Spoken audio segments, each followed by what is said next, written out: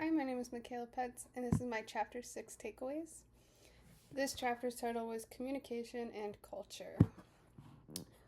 Culture is a learned system of thought, language, and behavior that belongs to and typifies a relatively large group of people. So, beliefs, values, norms, and practices. Culture is not something that we are born with, it is something that we all learn through communication. These things are learned from parents and siblings while you are growing up, then teachers and peers in the school time frame.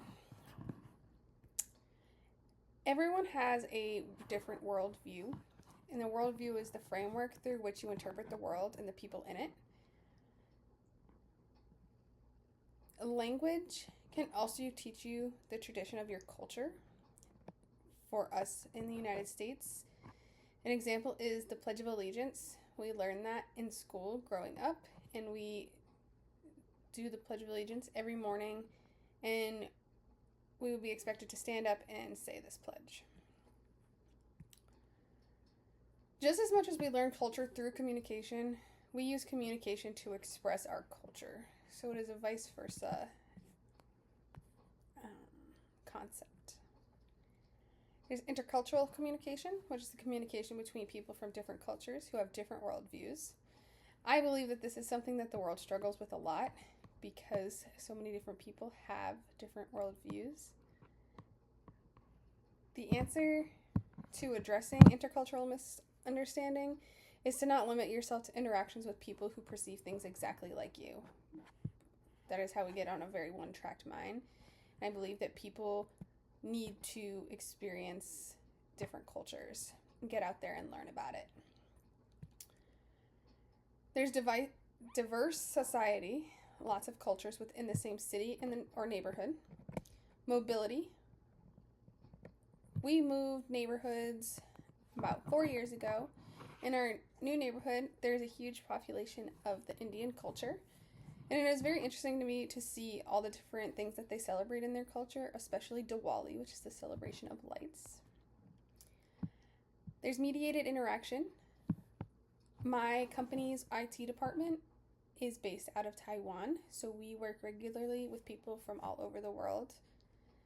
And then diverse organizations. My company also deals with a lot of overseas customers, and watching the different ways that we interact with them as companies is very interesting.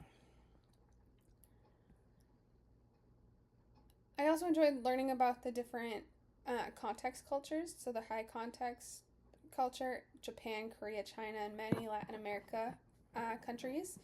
They emphasize contextual clues such as time, place, relationships to interpret meaning and send subtle messages. Kind of maybe I'll think about it, those types of verbiage. The high contact cultures prefer more direct communication styles like face-to-face or video.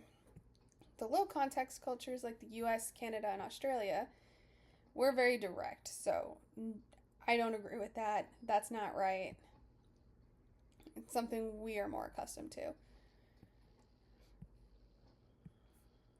Collectivist culture are individuals who belong to a group or community. And then there's, like in the US, mostly individualist cultures where each person values their own privacy, autonomy. Flexible and stable self-concepts. Flexibility is changing for the better, adapt and improve on a daily basis. Where we see a lot more of stability, be consistent over time, and someone that people can rely on. Another thing I learned was about time orientation. I found this interesting because I am the type of person who I am always early. I do not like to be late. If I'm on time, I consider that late.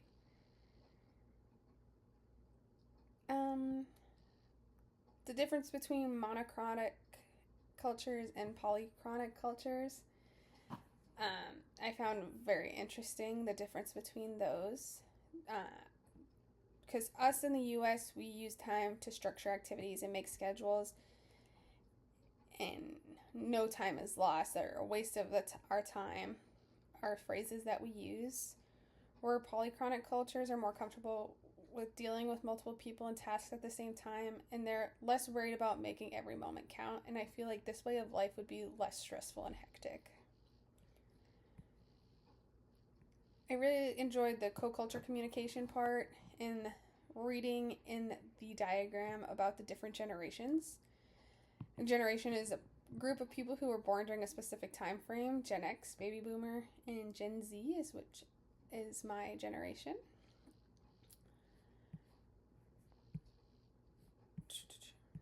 Intercommunication challenges. There's anxiety, ethnocentrism, and discrimination. Anxiety is something that I definitely struggle with personally. And the higher anxiety level, I agree with the book where it states the higher the anxiety, the less that you'll want to do that activity or engage with a specific group or culture. Ethnocentrism arises when you express a bias on behalf of your own co-culture, when you treat others as inferiors. And then discrimination, or behavior towards a person or group based solely on membership in a particular group, class, or category. Again, I think this is something that we see way too often in the world. We can improve our intercultural communication efforts, and the results can be positive in 3 areas: cognition, which is thinking; affect, feelings; behavior, and actions. Mindful means to be aware of your behaviors and others' behaviors. In the intercultural context, mindfulness also means being fully present in the awareness of the culture or intergroup aspects of the situation that you're in. Practicing intercultural sensitivity or mindfulness of behaviors that may offend each other. And develop an open heart towards other cultures. As in the previous chapter, I think everyone should be open to getting involved in other cultures and learning about them, and stepping into their shoes and thinking about the way that they think. Thank you.